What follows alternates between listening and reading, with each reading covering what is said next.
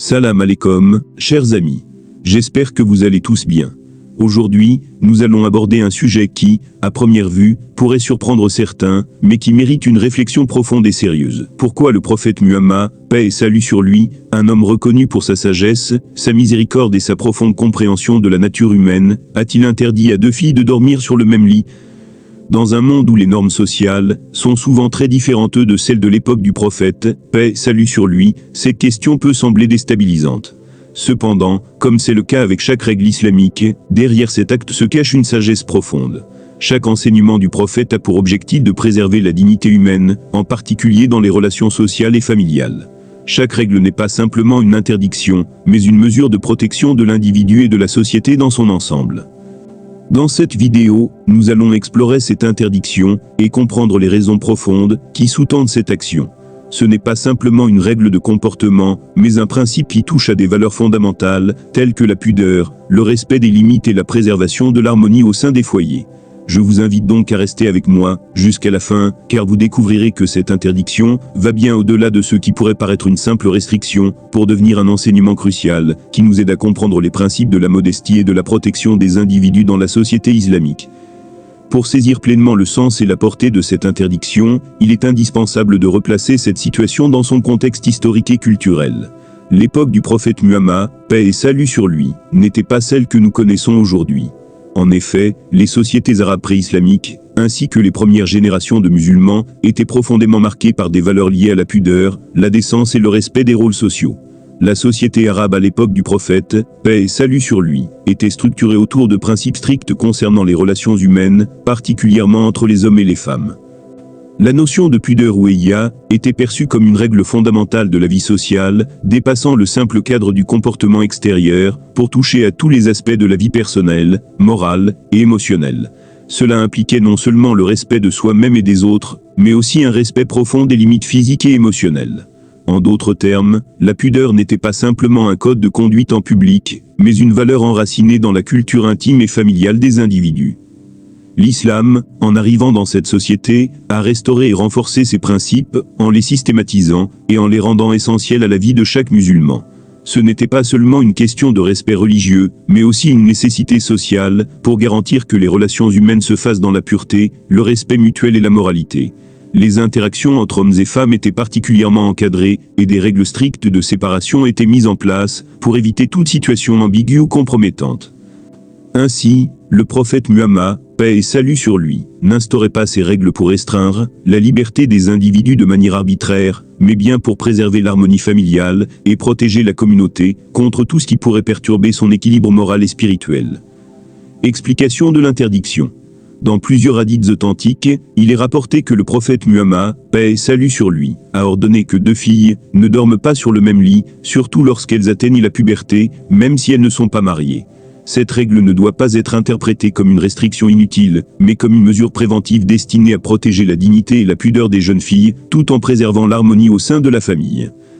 La puberté, étant un moment crucial dans la vie d'une personne, marque un changement biologique majeur, et les différences entre hommes et femmes deviennent plus évidentes. À ce moment-là, il devient nécessaire de redéfinir les interactions sociales, afin d'éviter toute ambiguïté, et de garantir que la pudeur des individus soit préservée. Même en l'absence de mauvaises intentions, une situation aussi banale que deux filles dormant ensemble pourrait devenir problématique. Cette proximité physique pourrait être interprétée de manière incorrecte, portant atteinte à leur réputation et à l'image de la famille, et créant des malentendus sociaux, même sans qu'il y ait eu d'intention malveillante de leur part. L'interdiction du prophète, paix et salut sur lui, va donc au-delà d'une simple règle de comportement. Elle vise à protéger la pudeur et à prévenir les risques potentiels d'interprétations erronées ou de comportements inappropriés. Le prophète cherchait à instaurer un environnement respectueux où chaque individu, particulièrement les jeunes filles, pourrait grandir en toute sécurité et dignité. Pudeur et préservation de la modestie. Le prophète Muhammad, paix et salut sur lui, a toujours mis un accent particulier sur la préservation de la pudeur et de la modestie, aussi bien chez les hommes que chez les femmes. Le concept de hayya, la pudeur en arabe, va bien au-delà de la simple apparence extérieure. C'est une qualité morale essentielle qui protège l'individu sur le plan physique, émotionnel et spirituel. Le prophète enseignait que la pudeur fait partie intégrante de la foi et qu'elle doit imprégner chaque aspect de la vie d'un musulman. L'interdiction de faire dormir deux filles sur le même lit n'est donc pas simplement une question de comportement visible ou de convenance sociale. Elle fait partie d'une mesure plus large pour protéger leur pudeur intérieure et extérieure. En islam, la pudeur n'est pas juste liée à la manière dont on s'habille ou agit en public, mais aussi aux pensées, aux intentions et aux interactions sociales. La modestie est une forme de protection contre les comportements inappropriés et préserve l'intégrité morale et spirituelle de l'individu.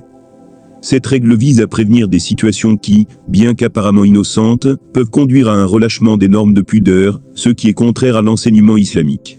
L'islam cherche à protéger la société dans son ensemble, en créant un environnement où chacun respecte les principes de décence et de modestie. Le rôle des parents. Les parents jouent un rôle fondamental dans l'application et la préservation de ces principes.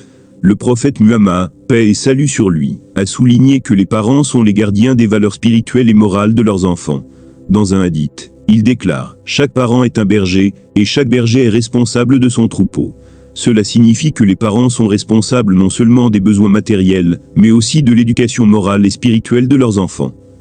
En interdisant à deux filles de dormir ensemble, le prophète, paix et salut sur lui, incitait les parents à jouer leur rôle de protecteur de l'intimité de leurs enfants et à veiller à leur éducation morale, selon les principes islamiques.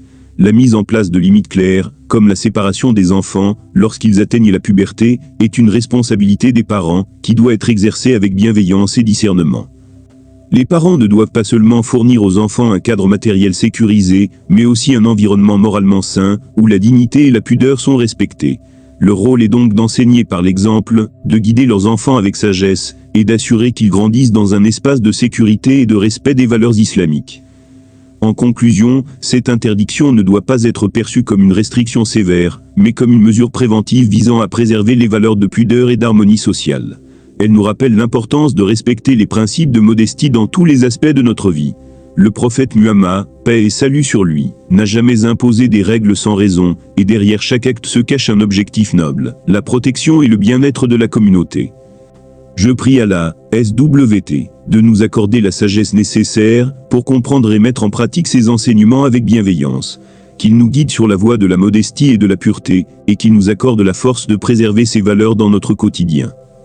Merci d'avoir pris le temps de regarder cette vidéo. Si vous avez des questions ou des réflexions, n'hésitez pas à les partager dans les commentaires.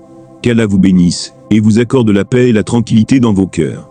Assalamu alaikum wa rahmatullahi wa barakatuh.